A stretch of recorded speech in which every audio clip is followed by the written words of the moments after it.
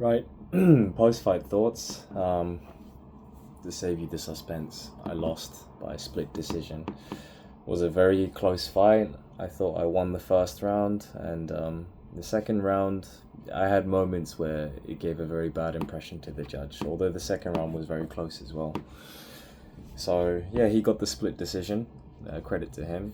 He was extremely awkward to fight, very very awkward, and again, credit to him. You know, if you make yourself an awkward person to fight, then that's also part of skill and ability and talent, right? I mean, the UFC champion Dricus Du Plessis, the most awkward guy, doesn't move like a professional fighter, but he's beating everybody, right? So being awkward itself is a skill, and the guy was very very awkward, and he was 188 centimeters, which makes him 13, 14 centimeters taller than me, but that's no excuse. You know, he cut down to 65 kg like I did, right? So he deserves massive credit for cutting down to that weight.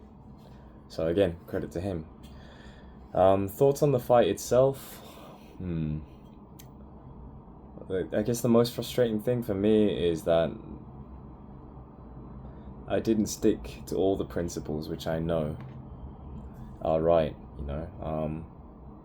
I didn't go to the body when I can throw very hard body shots. I was just head hunting the whole time, which is so stupid.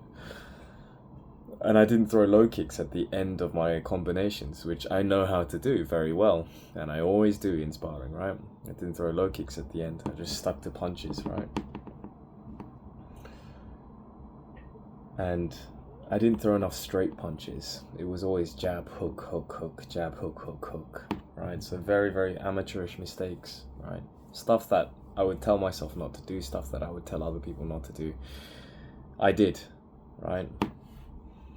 And when we started the fight and we touched gloves, he push kicked me straight off the touch, which I didn't expect. Again, amateur, right? Because although it's not like the most sportsmanlike conduct thing to do, you have to be ready for anything, right? You have to protect yourself at all times. So he landed a really good front kick straight off the bat, and then he landed a punch straight after the front kick, right? So I knew that in the judge's eyes already he's taken the lead. And what that did was that forced me into rushing myself, right? So instead of using my footwork, instead of using my head movement like I normally do, I just took the fight to him straight away, right? And I landed good punches, and if I'd been a little bit calmer, I probably could have finished him in the first round. There was 3 or 4 punches that landed very clean on his head guard, but we're wearing 16-ounce gloves and big soft head guards, you know, it's yeah, so it is what it is, right? And one thing I found frustrating about the fight was that obviously against someone that much taller, you have to get inside, right? But the minute we got close, the referee would separate us, even when it wasn't really like a proper clinch. For me, a clinch is when both arms are like crossed, right? Both arms are tied up, you're chest to chest. That's a clinch. Like a clinch is when two people don't have any desire to fight, right? They're just there, resting, basically, wrestling. And the referee would stop us like the minute he would get any arms on the back of my head, or the minute that any arms would get tied up, he would just immediately stop and separate us, right? I found that frustrating because obviously my best way of winning against someone that much taller is getting inside. But I can't complain. At the end of the day, it still doesn't mean I couldn't have won the fight, right? There were other ways to win the fight. So something that I had success with was moving forward, ducking under his attack, and then landing the cross, right? So I had success with that once or twice, but I really didn't use it enough. Right? I should have known that this works against this guy, and I should have collected myself, breathed, made space, and then set up that attack, right? And when I threw the hooks, I had to throw a low kick at the end of it. I had to, because if I had landed 3 or 4 on that guy, it would have been a completely different story, you know.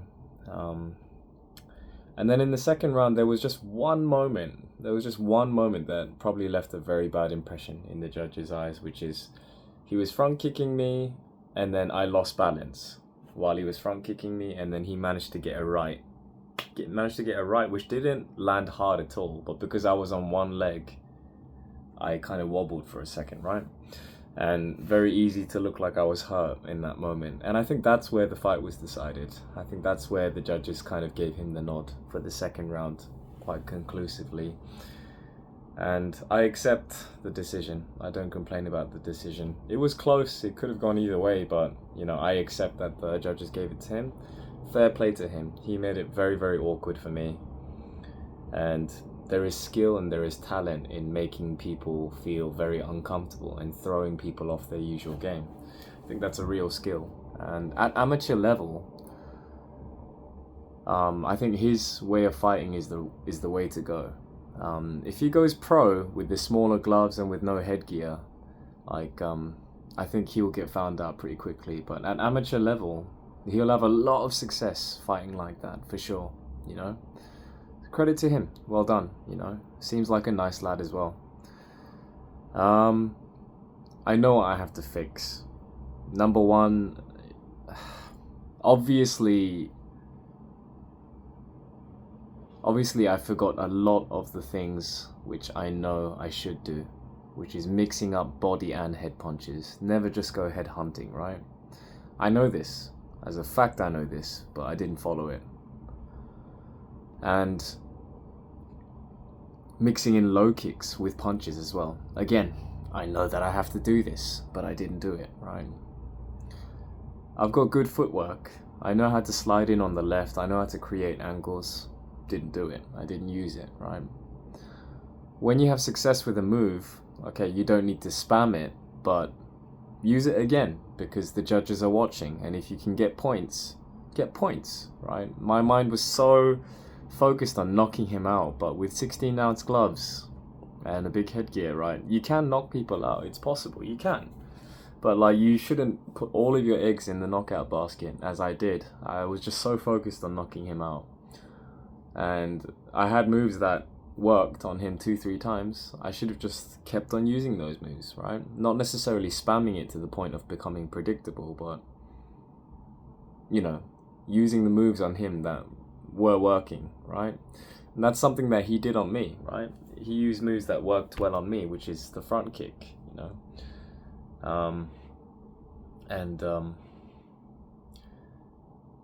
Yeah, it's really hard to take, but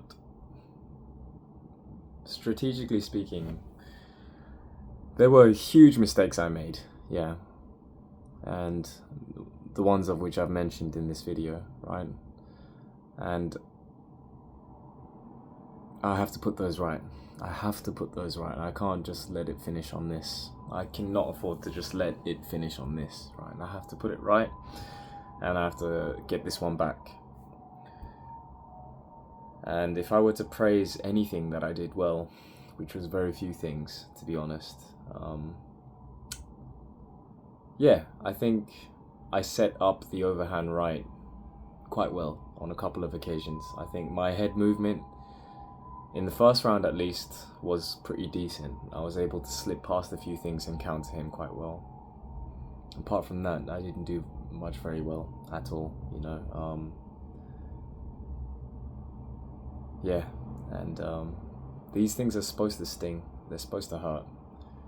It's the way it is, you know. And if it doesn't, I don't think it forces you into any kind of change.